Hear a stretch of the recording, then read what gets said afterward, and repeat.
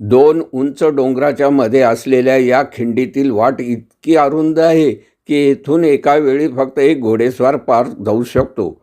हत्ती, मेणे किंवा इतर वाहनांनी ही खिंड पार करणे अशक्य आहे. यामुळेच या खिंडीला घोडखिंड असे नाव पडले आहे. 13 जुलै 1660 रोजी पन्हाळगडाला पडलेल्या वेढ्यातून निसटून निघालेले शिवाजी महाराज विशाळगडाकडे जात असताना सिद्दी मसूदच्या सैन्याने त्यांना येथे गाठले. तेव्हा झालेल्या निकारीच्या लढाईत बाजीप्रभू देशपांडे, त्यांचे भाऊ फुलाजी देशपांडे व त्यांच्यासह मोजक्या सैनिकांनी ही खिंड जबरी लढवली व आदिलशाही सैन्याला थोपून धरले. यामुळे शिवाजी महाराजांना विशाळगड गाठणे शक्य झाले. प्रभू देशपांडे भावंडे व त्यांच्यासह मागे थांबून शेवटचा एल्गार करणाऱ्या त्यांच्या बहुंश सैन्याने मरण पत्करले.